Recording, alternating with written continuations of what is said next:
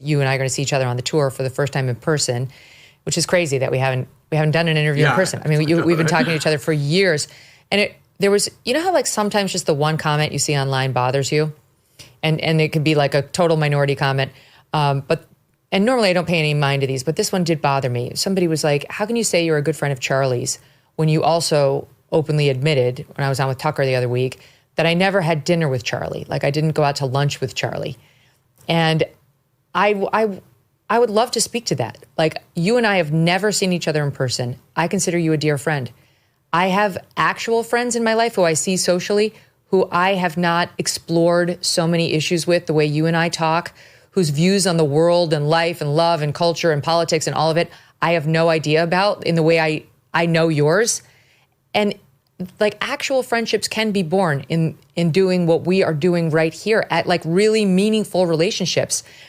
God forbid anything were ever to happen to you, I'd be totally fucking devastated.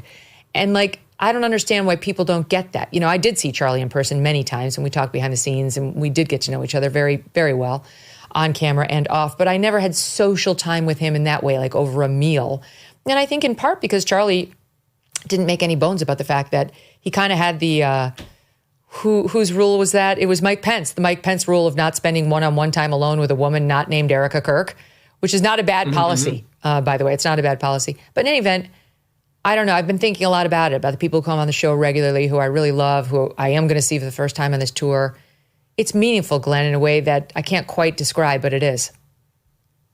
You know, totally. And like I have to say, Megyn, I couldn't agree with that more. I feel exactly the same way. And I will say, like, you know, I know you get criticism for having me on or for having Tucker on or for having whoever on.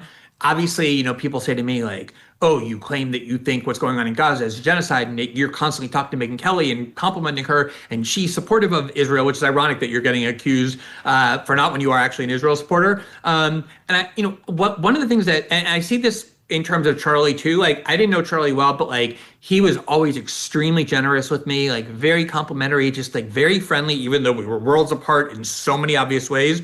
And one of the things I think can happen too, like in terms of online like presentation, is that it's so easy to pick the worst of people or the parts that make them seem the worst and put it together and make it seem like these are horrible people. Like if you're in public life enough, anyone can make you look like a horrible person based on things you've said that are real, that you regret, making things that you said totally out of context. And so when people say to me, like, how can you talk to Megyn Kelly? She supports these things you think are horrible. Like my answer is because I know Megyn Kelly. Like I think she's a very good person, even though we have very strong disagreements that, you know, that we're able to go on and debate often vehemently, and it doesn't affect our relationship with one another.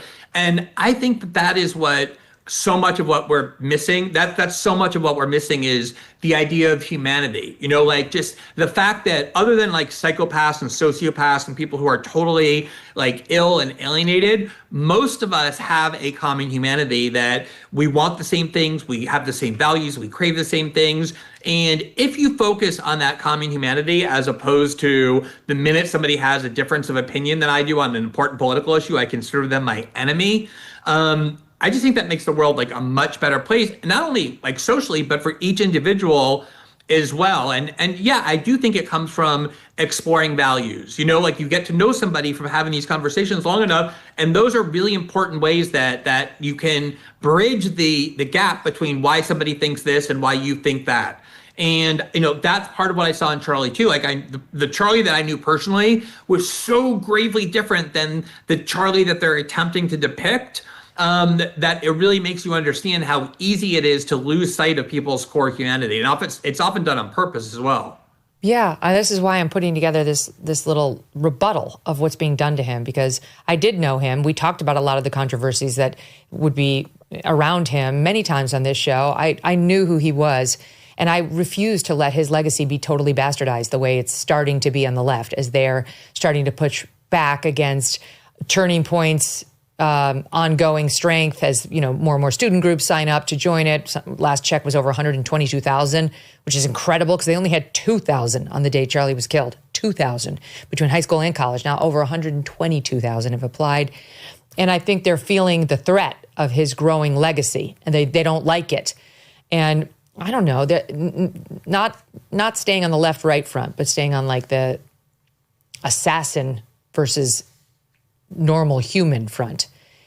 It's no accident to me that the most recent acts of violence have included 2 attacks on churches, the one in which the guy actually saw himself as a demon in the mirror, target practice against the face of Jesus. I just feel like there's something spiritual underfoot right now, something spiritually wrong. And that's something else that Charlie gave to us in his passing, which is like a renewed commitment to faith, a reminder that its absence entirely almost from the public square is not a good thing. It doesn't lead the society anyplace good.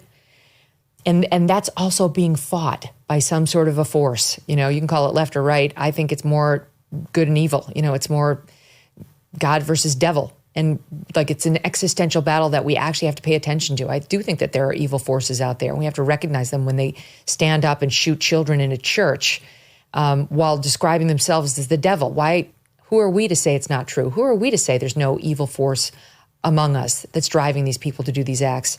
And that's, to me, is yet another reason why it's a great time to get renewed with your faith, to get back in touch with whatever it is. Could be Judaism, could be Christianity, could be whatever.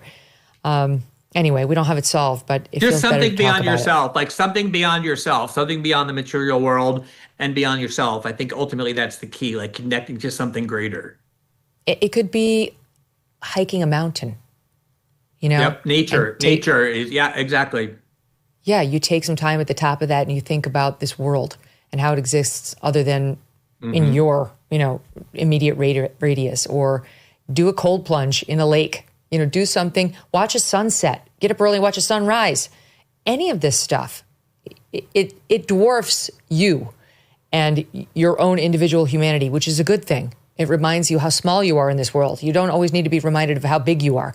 You're small. You are but a cog in the wheel, and this thing is going to go on long after you. Maybe spend some time thinking about that, about like who else out there might be suffering, how you can help them. They always say like charitable works, doing something for others, no matter how much you have or don't have, is actually a direct route to happiness.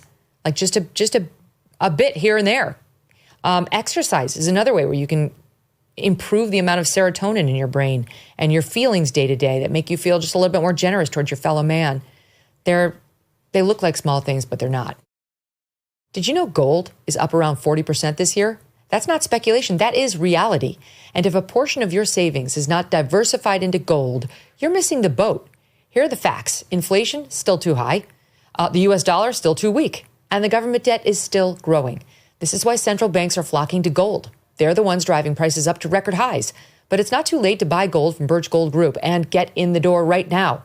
Birch Gold will help you convert an existing IRA or 401k into a tax-sheltered IRA in gold. You don't pay a dime out of pocket. Just text MK to 989898 and claim your free info kit. There's no obligation. There's just useful information. The best indicator of the future is the past, and in this case, the present. Gold has historically been a safe haven, and it's doing gangbusters right now. So text MK to 989898 right now to claim your free info kit on gold. Text MK to 989898. Protect your future today with Birch Gold. Thanks so much for watching. If you like what you just saw, hit the subscribe button for more clips and full episodes.